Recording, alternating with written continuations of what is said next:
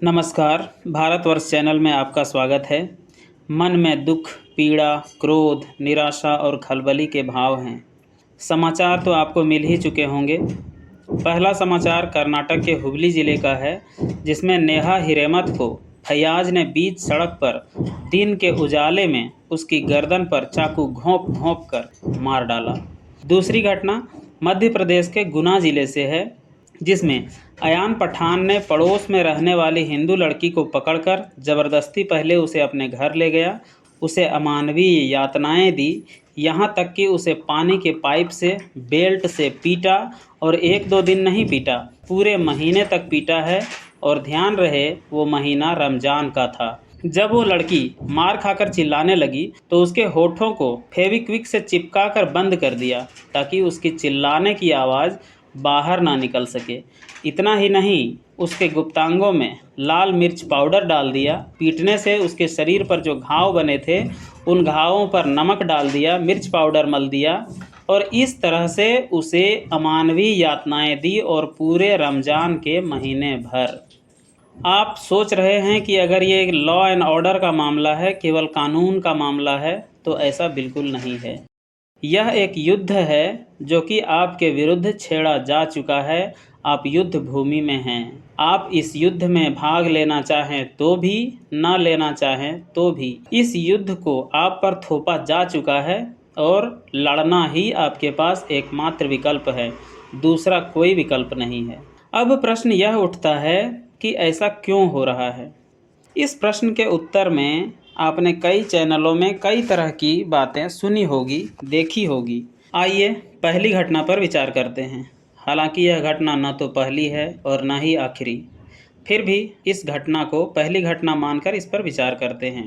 अर्थात कर्नाटक के हुबली ज़िले का, जिसमें नेहा हिरेमत को फैयाज ने दिन दहाड़े चाकुओं से गोद गोद कर मार डाला है।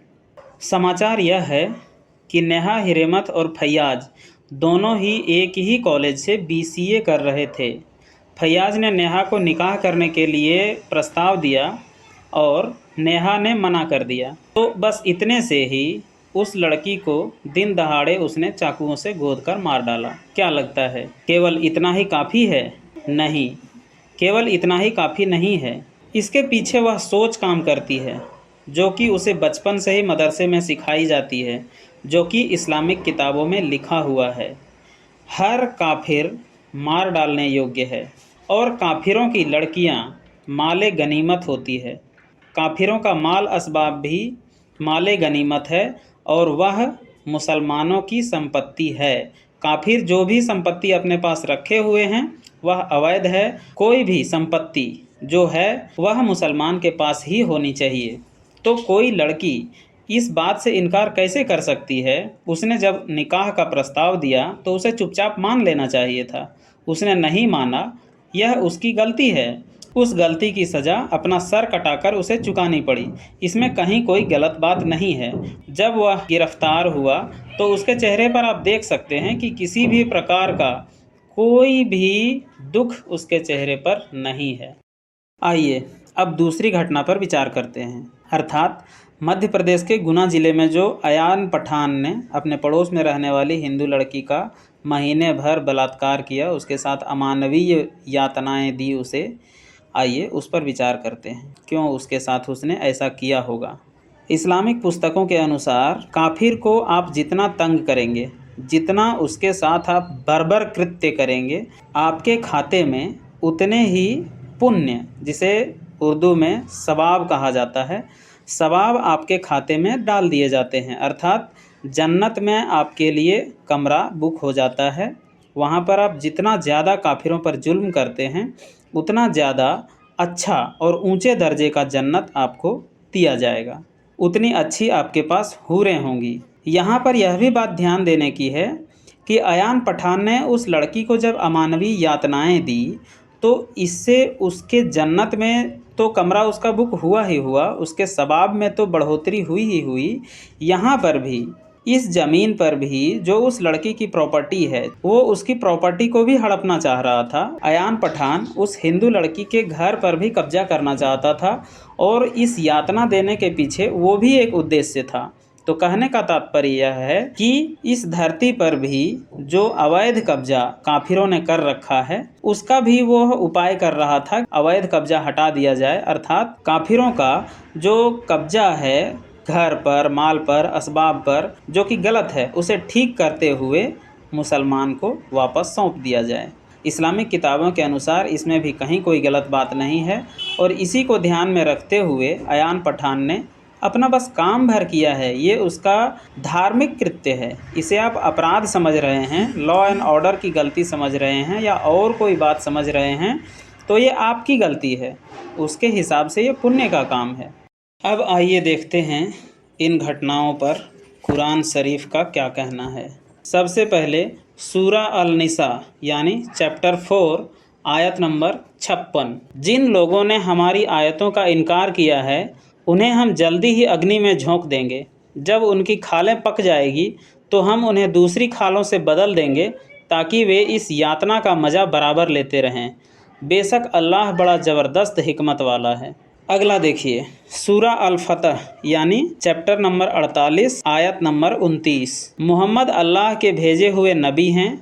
जो उस पर ईमान लाते हैं वे ईमान न लाने वालों के प्रति क्रूर होते हैं। अर्थात जो भी काफिर है उस पर क्रूर हो, उसके साथ तुम्हें दया दिखाने की कोई आवश्यकता नहीं है। अगला देखिए, सूरा अल-तौबा यानी चैप्टर 9 आयत नंबर 29 क्या कहती है। ऐसे किताब वाले जो ना अल्लाह पर ईमान लाते हैं और ना आखिरत के दिन पर यानी क़यामत पर, और ना अल्लाह और उसके पैगंबर की हराम की हुई चीज़ों को हराम समझते हैं, और ना सच्चे दीन को यानी इस्लाम को मानते हैं, उनसे लड़ो और तब तक लड़ो जब तक कि वे जलील हों और अपने हाथों से जजिया देने लगे। अगला देखिए, सूरा अल-अनफाल यानी चैप्टर नंबर 8 आयत नंबर 68 और 69 क्या कहती है। जो कुछ माले गनीमत है, माले गनीमत का मतलब मैं आपको पहले ही बता चुका हूँ कि हर वो सामान जो मुसलमानों के कब्जे में नहीं है, माले गनीमत है। जो कुछ तुम्हारे पास माले गनीमत है, उसको हलाल और पाक समझकर खाओ। अब देखिए अगला, सूरा अल-तौबा यानी वही चैप्टर नंबर 9 और आयत नंबर 123। ऐ ईमान वालों यानी ऐ मुसलमानों, उन काफिरों से लड़ो जो तुम्हारे आसपास हैं, और चाहिए कि वे तुम में सख्ती पाएँ। यहाँ साफ साफ कहा जा रहा है कि जो तुम्हारे आसपास काफिर हैं, जो तुम्हारे पड़ोसी हैं, उनसे लड़ो, और इस तरह लड़ो कि वे तुम में सख्ती पाएँ, तुम में क्रूरता पाएँ। इस तरह की आयतें मैंने 2-4 आपको गिनाई हैं। केवल ऐसी इतनी ही आयतें नहीं हैं, इसके अलावा हदीसें भी बहुत सारी हैं जिनमें कि मुसलमानों को यही आदेश दिया गया है। और आप ये ना समझें कि इन किताबों में लिखा हुआ है तो क्या हो गया, हमारी किताबों में भी तो बहुत कुछ लिखा हुआ है, हमने तो कभी कुछ नहीं पढ़ा। लेकिन ऐसा नहीं है। हर मुसलमान को मदरसे में जाकर पढ़ना पड़ता है। उन्हें साफ समझाया जाता है कि काफिर तुम्हारे खुले दुश्मन हैं, वे आपको दुश्मन मान रहे हैं, मान चुके हैं और मानते रहेंगे। अब ये आपके ऊपर निर्भर है कि आप उन्हें अपना दोस्त बनाएं, उनके साथ गलबहियाँ करें, या फिर आपकी जो इच्छा हो वो करें। वे आपको दुश्मन ही समझते हैं, दुश्मन ही समझेंगे, और जब भी मौका मिलेगा वे आपको इसी तरह जलील व ख्वार करेंगे, आपको लूटेंगे, काटेंगे, और आपके साथ हर वो अमानवीय कृत्य करेंगे जो कि आप सोच भी नहीं सकते। आज के लिए इतना ही। जय गुरुदेव, जय गोविंद, जय श्री राम, हर हर महादेव।